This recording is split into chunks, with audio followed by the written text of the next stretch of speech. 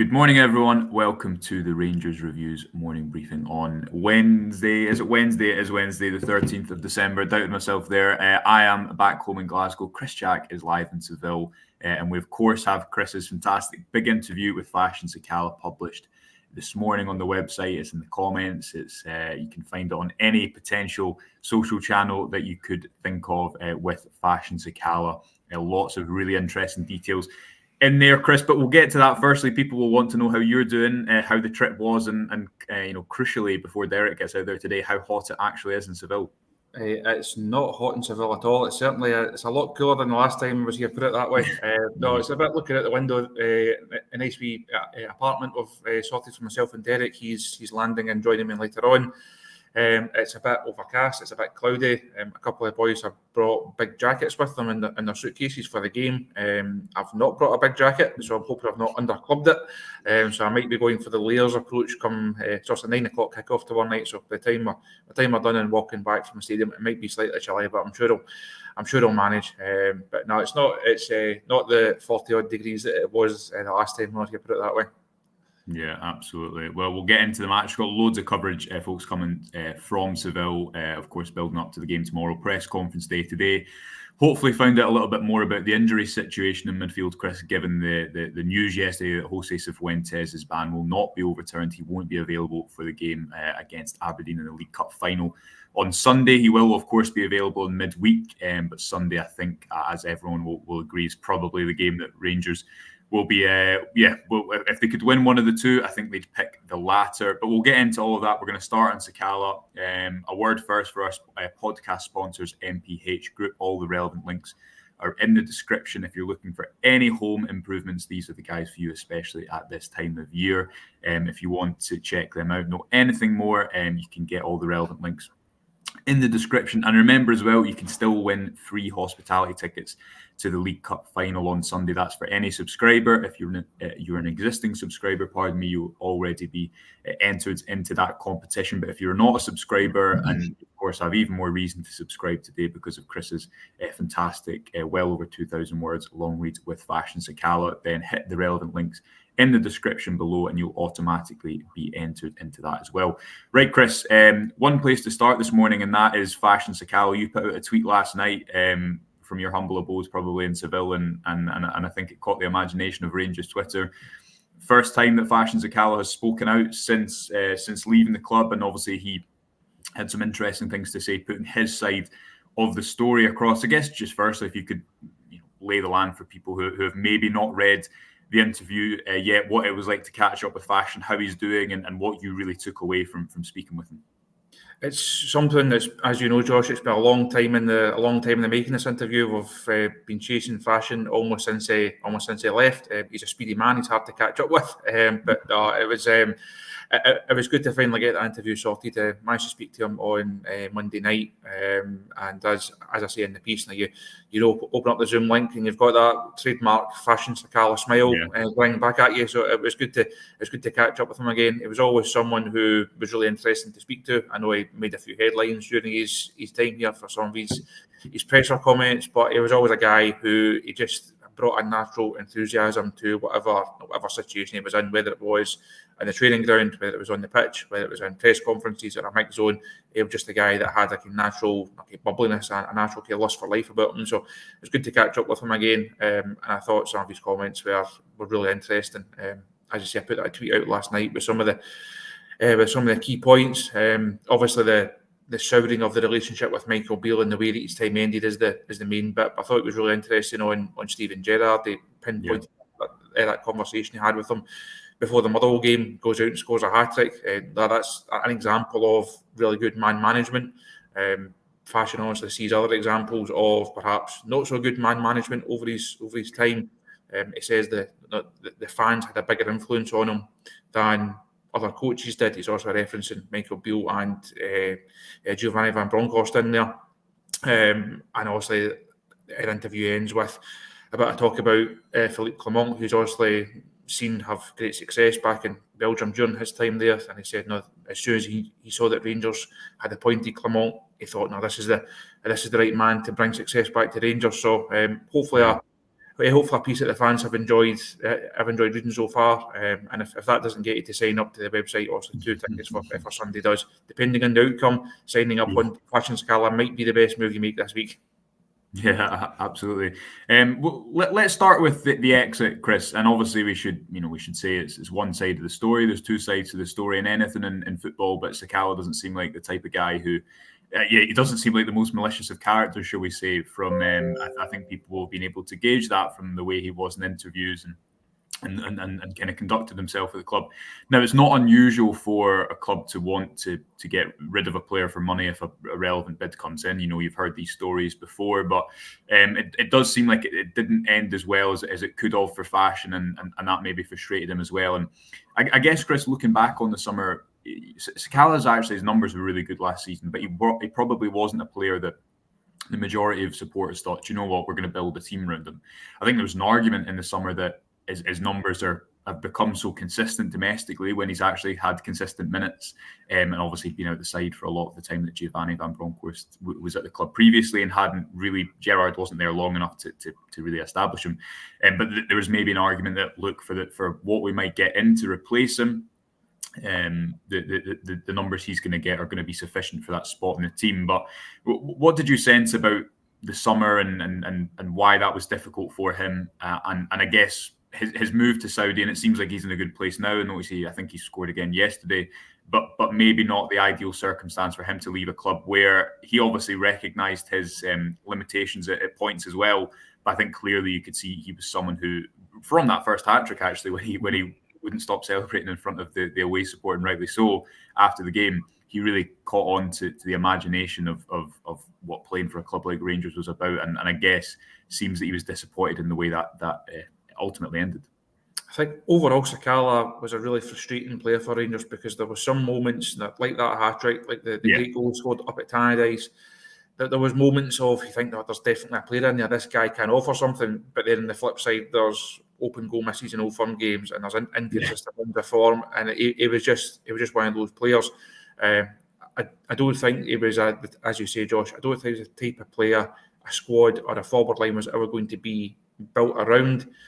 But he's perhaps one of these guys, as the season has progressed, people are saying, if only we had Sakala, because he would have chipped in, he would have had his fair share. He would have had his fair share of bloopers and howlers and moments to make you tear your hair out, but he would have contributed and arguably contributed more than some of the people or some of the players who have come in and replaced him in that forward line. Now, if the manager decides that a player is not for him and he wants to move him on, and the club then get an offer that's acceptable, and I think people would agree that the fee they got for Sakala, having signed him a couple of years previously, Bosman, I think it represented, in football and financial terms, it represented a good bit of business for Rangers. You can see the thinking why they pressed the button on that deal. I think that the way that Sakala has presented his version of how it ended, I think that's the disappointing thing. I think that's what the fans will rightly be asking questions of. Now, it's not to say he was a Scott Arfield type figure or a McGregor type figure, somebody who had given like years and years of wonderful service to the club. But he still was at the club during good times. He was at the club during the run to Seville, obviously, won the Scottish Cup, contributed some big moments, goals in Old Firm game at Ibrox towards the end of last season. And his point of view, and I have to agree with him, he should have been treated better than that version of events. I say, if the club want to move him on, by all means. But it sounds as if those final weeks, couple of months of his Rangers career, it's not really how you expect Rangers to be conducting their business. And you can tell, if we're speaking to him, he's really quite upset at not getting a proper farewell to the fans who really took him to their hearts, not getting a chance to get into the training ground and say bye to his teammates that he had so many great memories with. So I can certainly understand why he harbours some real key regrets over the way it ended, and why the way that it did end has left a slightly sour taste in his mouth. But again, as he says in the piece, it said towards the end of the interview, he still watches the games, he still looks out for the results, he still wishes the club well. It's not ruined his relationship with Rangers and the fans and the club. It's just perhaps soured his relationship with some of the individuals involved. Yeah, and he obviously, just kind of closing on Sakala, he scored. Do you remember the New Year Old Firm where Michael Beale came into the club and started really well? I think it was 15 games he went unbeaten, and I think if you look, it's a separate conversation, Chris, but if you look across his tenure, probably the inconsistency of this season wasn't helped by the fact, obviously, that the way that that rebuild went, quote unquote, and also the fact that when big players came in, they weren't able to step up quickly. But there was a consistency towards the start of his time at the club, and Sakala was actually a big part of that. If you think of his goals away from home, thinking Hibs, his performance away at Tynecastle, his goal away at Dundee United, but also the way that he really helped turn that New Year Old Firm, the 2-2 game where Rangers maybe should have held on, and then the gaps maybe cut at that time of the year. So again, it's not as if he didn't contribute with some really good moments. He also had those two misses in the semi-final, which perhaps showed why, okay, this maybe isn't a player that you want to build around, because you need a Rangers haven't yet found that player maybe, but you need someone who's really consistent in those moments and who can be a guarantee in front of goal that they've not had that in quite a while. But he's someone who I'm sure fans will look back upon with pretty fond memories. And again, maybe just touching finally on what he thinks about Clement and his relationship with the fans and Steven Gerrard as well. We know he met up with him recently when he played his team in Saudi Arabia. Still plenty of fond memories, I'm sure, on both sides of that relationship. No, certainly in terms of the fans, I say his face kind of lit up when I asked him about his song, and he made the point that there's players that have been there a lot longer than him, players that have achieved more than him, who haven't had that accolade, if you like, from the fans. Perhaps feeds into Stevie's point of good players don't have good songs and bad players do have good songs, but that's maybe been slightly harsh on fashion. But again, you could tell from the way that he answered those questions, just the affection that he had for the fans. He's obviously had an interesting backstory in terms of his career, and coming through, having to go to Russia and then going to Belgium and really making his way in the game. To get to a club like Rangers was the pinnacle for him. He'll probably never play. I doubt he'll ever play for a club as big, with expectations. And he mentioned that as well. And like every game at Ibrox, it felt it was like a cup final, even friendly games. There's that pressure, there's that demand. I think he was someone who bought into the club. He got it. He understood it. That then doesn't necessarily mean you can become an integral part of a successful Rangers side. They are very different things. But we've seen players who have more technical and more tactical ability than Fashion not have that mental side of it, and it just shows you have to have the entire package. If you're going to be a good Rangers player, you need all sides of it. But what Fashion, I think, perhaps lacked in terms of some of the rougher edges of his game, he certainly made up for in terms of enthusiasm and work ethic. And as I said at the start, that bubbly personality as well. So I think he's someone who the fans enjoyed watching during his time. I'm sure they certainly wish him well. He's certainly wishing the club well, and I think he would love to come back one day, just to have that proper farewell as well. Yeah, absolutely. Right, let's talk about the forward areas. Let's talk about the midweek game, Chris. You've obviously been you've been off for a little while, haven't you? So we'll catch up with you first on the weekend, the last couple of weeks for Rangers. They obviously had 2 draws coming back from the international break, which wasn't great and somewhat punctured the momentum, or it felt like that from the outside maybe, and kind of gauging the moods in amongst different fans. You take it forward to the next week, more injury situations. Listening to Philippe Clement in his press conferences after the Hearts game and before the St Mirren game, I think was the most frustrated I've seen him about injuries, and understandably so, you have to say, with the news that Danilo would be out and Tom Lawrence as well. What have you made of the kind of last week or so, and where Rangers are going into this game tomorrow against the Real Betis? It's another mixed bag period for Rangers, isn't it? And you look at the results, and it's winning games, it's putting points on the board, and that's great.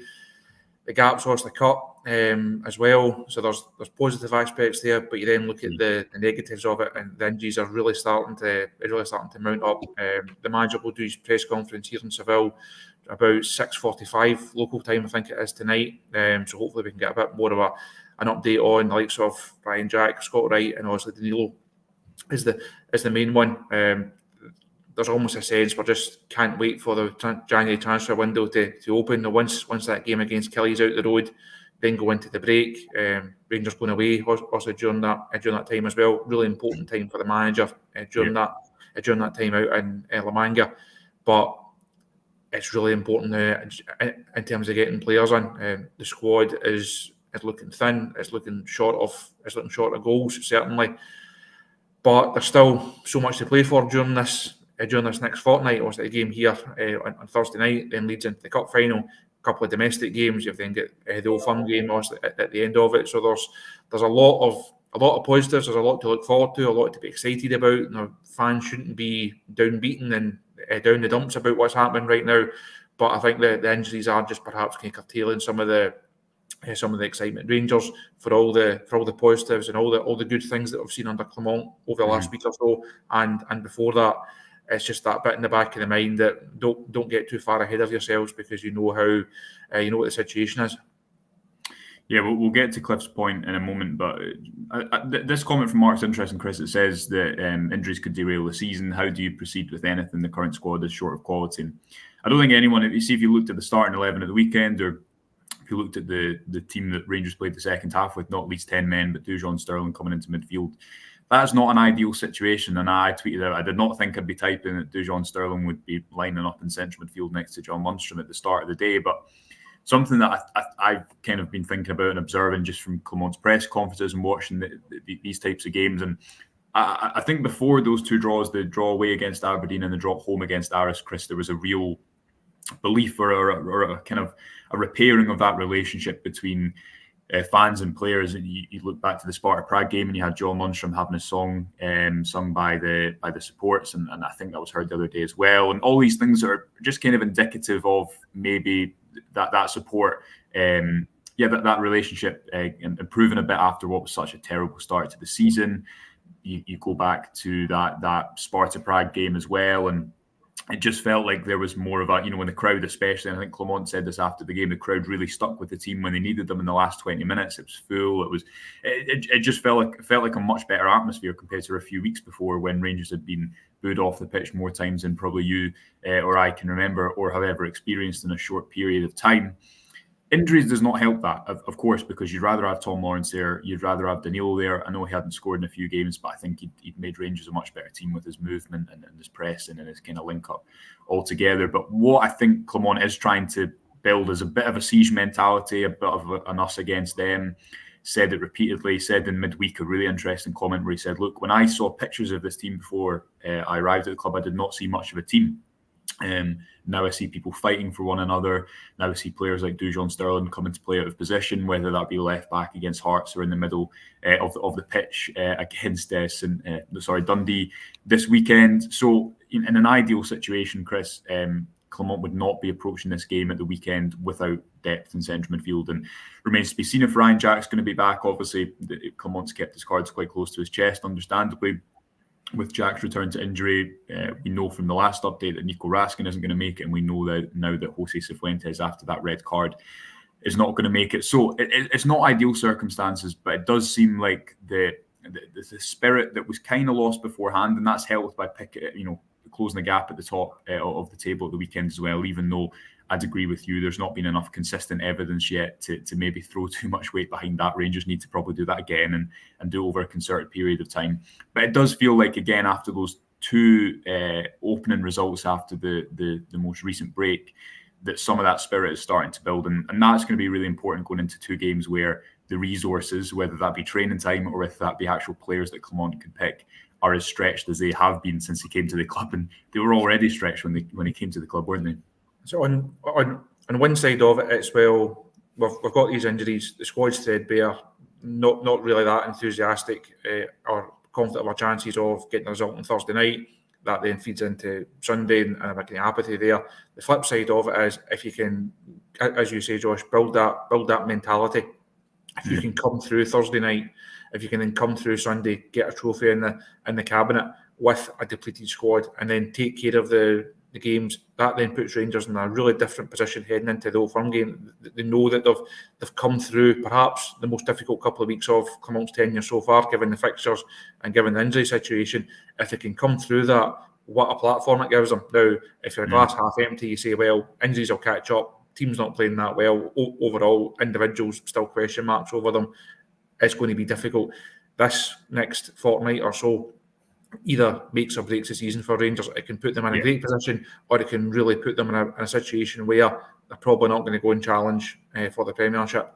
If they can get through it, I say that January break is on the horizon, not quite close enough, but it's on the horizon.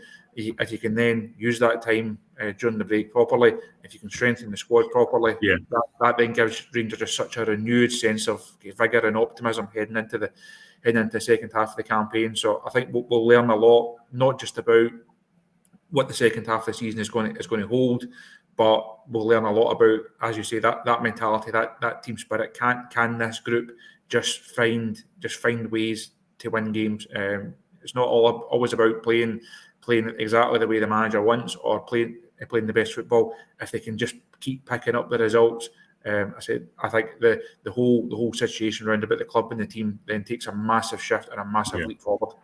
John Lundstram actually said that in his press conference, and Liam Balogun said after the Hearts game as well, where they were both asked about kind of a question along the lines of, the performance was better away from home compared to Aberdeen, and they both kind of said, I don't actually think it was in their own way, but what they were reflecting upon was the fact that it's good to get these results when you're not playing well. A bit of a cliche, but a kind of point that again, more than one of them that had made. And I guess it is important to remember as well, Chris, Rangers, I think Celtic had dropped points 3 times since Clement came into the club. The one time that Rangers weren't able to take advantage of that was Aberdeen away, which is a hugely frustrating, I think, result for those watching on, more so not because of Clement at all on that day or the actual game in isolation, if you look at the chances, but because, the classic, we've seen this movie before, Rangers not winning at Pittodrie. You wrote a column about how it's made up to be a more difficult venue to go to than it ought to be when you look at Aberdeen's league position this season, even if that's probably a bit of a false league position because of their European exploits as well. But they have obviously managed to close the gap quite a fair amount compared to what Clement inherited, and you now have the possibility of going obviously into that new year old firm in a pretty healthy position. So that shouldn't be forgotten as well. Clement has done a far better job than I think most people expected, and yes, this group have started well under previous managers. I think there's still a lot of big decisions to be made, a lot of things to get right in the recruitment department, and obviously that ties in with Niels Koppen coming in to the club as well. But I guess it is just about Rangers have enough winnable games, I think, in the league over the next couple of weeks before they do have that new-year-old firm to keep pace. And the task for Clement coming in probably in the league, Chris, was always get the club into a good enough position going into that game where there's a chance and there's possibility.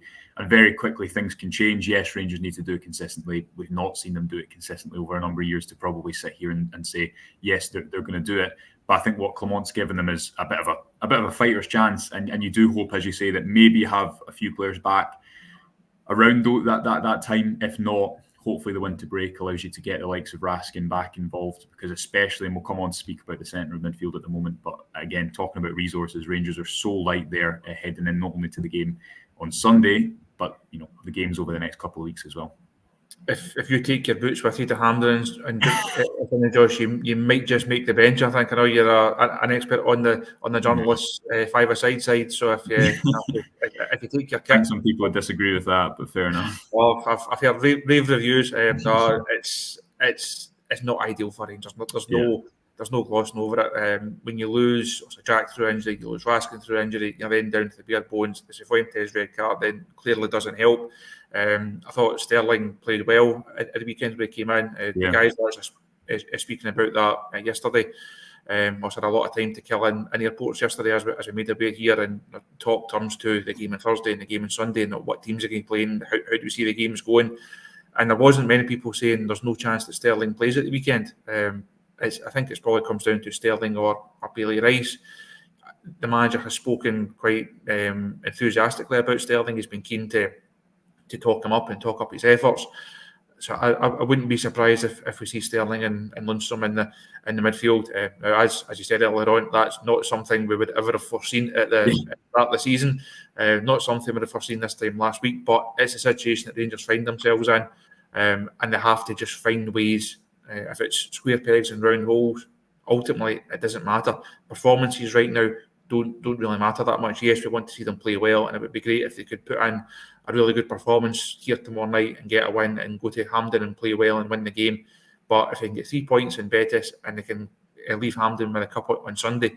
No matter how those things are achieved, that's the most important thing for Rangers. That then feeds into the game next midweek, going to Fir Park, feeding into the Christmas period, which we know can be so crucial over the course of a title race. So fingers crossed there's some positive news from the manager's presser later on in terms of the squad.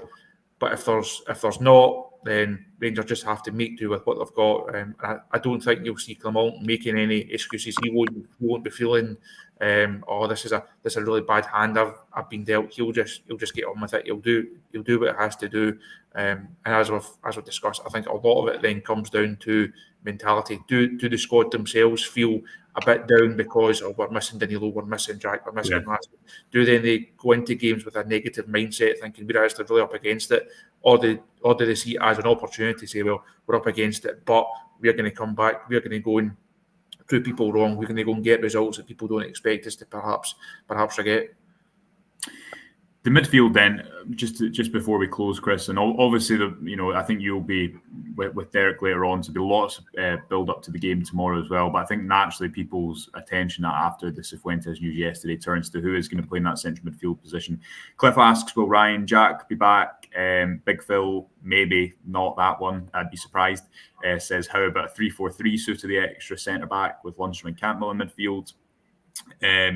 Stephen says, if Jack isn't back, I'd like to see King play there. Pretty sure he was hinting at King in a previous presser. Got to start getting a turn out of our youth players.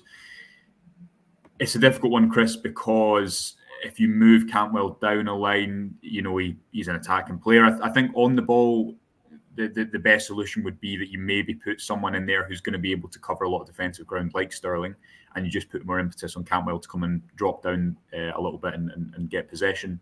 If you look at how Rangers have been getting the ball forward anyway, and this ties into a piece we had on the website yesterday about Abdallah Sima's position on the left, it's been quite pragmatic at points. They've not, even if everyone's fit, we've not really seen them try to play through the midfield all that much. And I think I hope that's something that we rectified after January, but I think that's definitely indicative of a style change in mid-season, and you've not got much time on the training pitch to try and kind of teach some new ideas.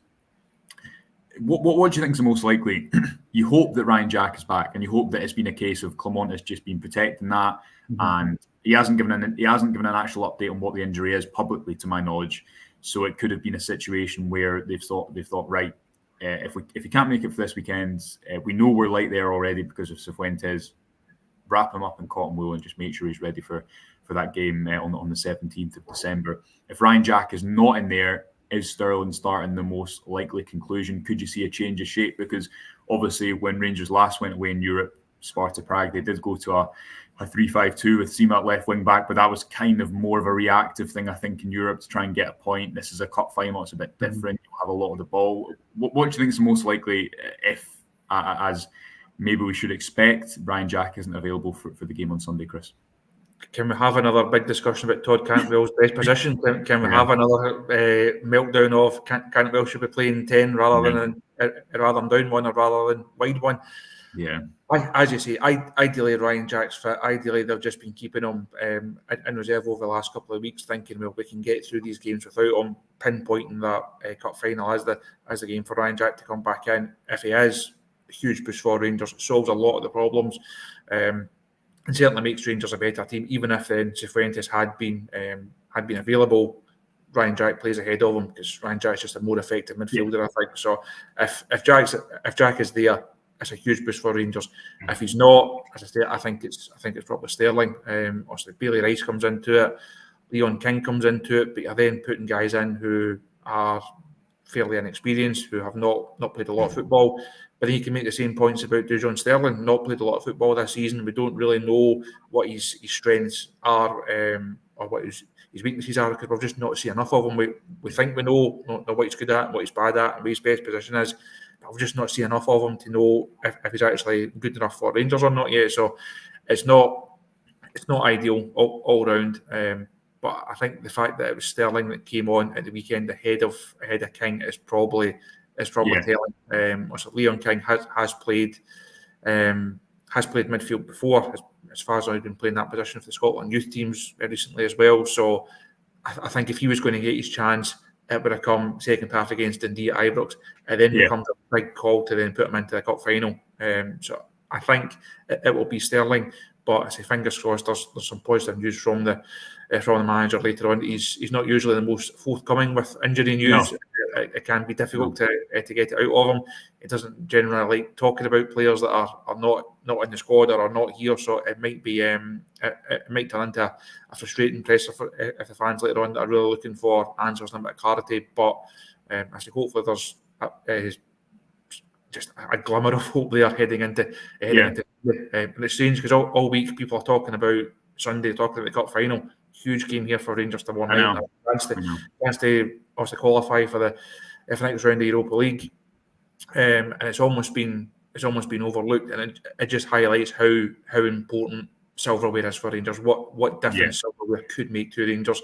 The fact that we're not writing it off by any manner of means. It's a huge game, huge test, great occasion against a good side and a great stadium, but everything is almost like kind of looking onwards rather than to the next one. But as the manager says himself, it's one game at a time. So we'll take care of today's presser, take care of the game tomorrow night. Actually, really looking forward to get up to the stadium and to look around it later on, and then we'll see how things go. Fingers crossed, it's a happier night in Seville this time around. Yeah, we'll finish on that, Chris. Just on Sterling, I think it is more likely because whoever comes in to play that midfield role isn't going to play the holding role. Lundstrom's going to play the holding role, and if you look at how Cifuentes or Jack or Raskin have all played the second midfield role, it's about, especially if Rangers go a bit more direct at points, it's about being quite busy and getting up the pitch and picking up second balls. Normally play more on the right side compared to Todd Cantwell, who drifts to the left. If you watch the second half back, you'll see Sterling make a couple of underlapping runs like Cifuentes would have. So there'll be positions he picks up which are maybe not too dissimilar from if he were to play right back, and you've got his defensive ability and his legs to get round the pitch. It's not an ideal situation, but I think that would probably be most likely.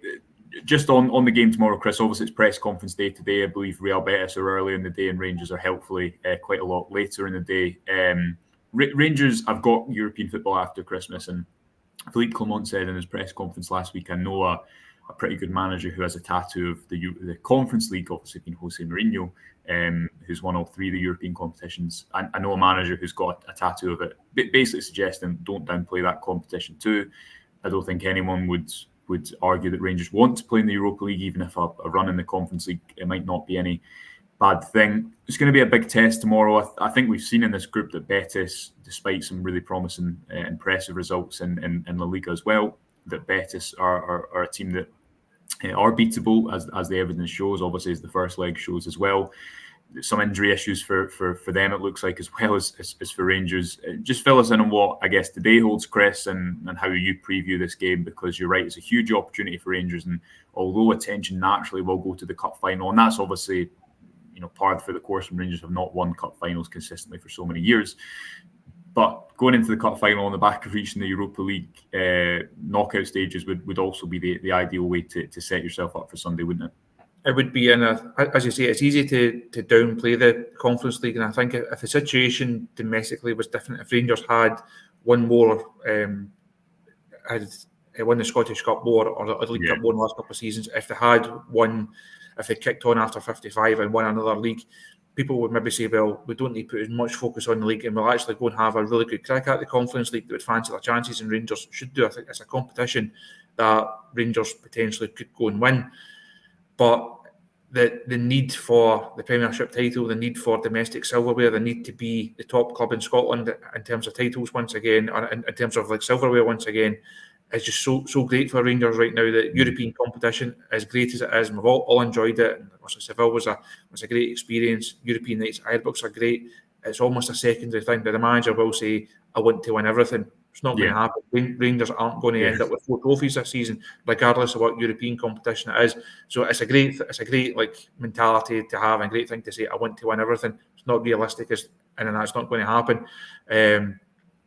It's all about domestic silverware for Rangers this year. And it's all about the Premiership. Ultimately, if they win the League Cup and that's all they end up with, Europe is almost irrelevant, because people will say they'll failed in the league once again. Seville, I say, as great as it was, didn't win the league, and that then has ramifications ticking on. If they got to another European final this season, yes, it'd be great, but if you don't win it and you don't win the Premiership, it then has ramifications. So it's a unique situation, but Rangers are a unique football club, and nothing's ever simple. You look at West Ham last season; they had we can almost give up the Premier League. Doesn't make a massive difference to them. Let's go and try and win the Conference League, and they did. Those fans had a wonderful time, a great achievement for Davy Moyes, brilliant. Rangers is a very different kettle of fish. So Rangers are not in that situation. Rangers are expected to win everything. As I say, it's not going to happen. If it does, happily come back on here and I'll eat humble pie. If it does, there'll be no happier man than myself doing that. But it's just, I said, it's a unique situation that Rangers find themselves in. And a game like away in Betis, a European tie, it becomes secondary to Aberdeen. But it can't be in some regards, because if they take a sore one here on Thursday night, that then feeds into Sunday. If you win and you get a great result on Thursday, that then feeds into Sunday in a very different way. So as much as we can say, well, it's all about Sunday, it's not really, because the two things do go hand in hand, and it's not two completely separate issues that we're dealing with. Absolutely. We will see. It's going to be a busy few days. Chris will have all your press conference coverage. Derek's going to be out there as well, hopefully dressed suitably for the occasion, although I fear he will be thinking it's hotter than it actually is, according to Chris's report. But loads of content coming your way. Remember, that Fashion Sakala exclusive interview is on the website. Do go and read it. It's linked in the comment section below. If you're not a subscriber and you want to subscribe to read that, you will also be entered into a competition to win 2 free hospitality tickets for the game on Sunday. That competition closes tomorrow at midnight, so time is running out. No better incentive to sign up than there is just now with that deal on. Until then, the boys will be back later from Seville, so keep your eyes peeled on the YouTube channel for that. We will speak to you later. Enjoy the rest of your Wednesday. Thanks for joining.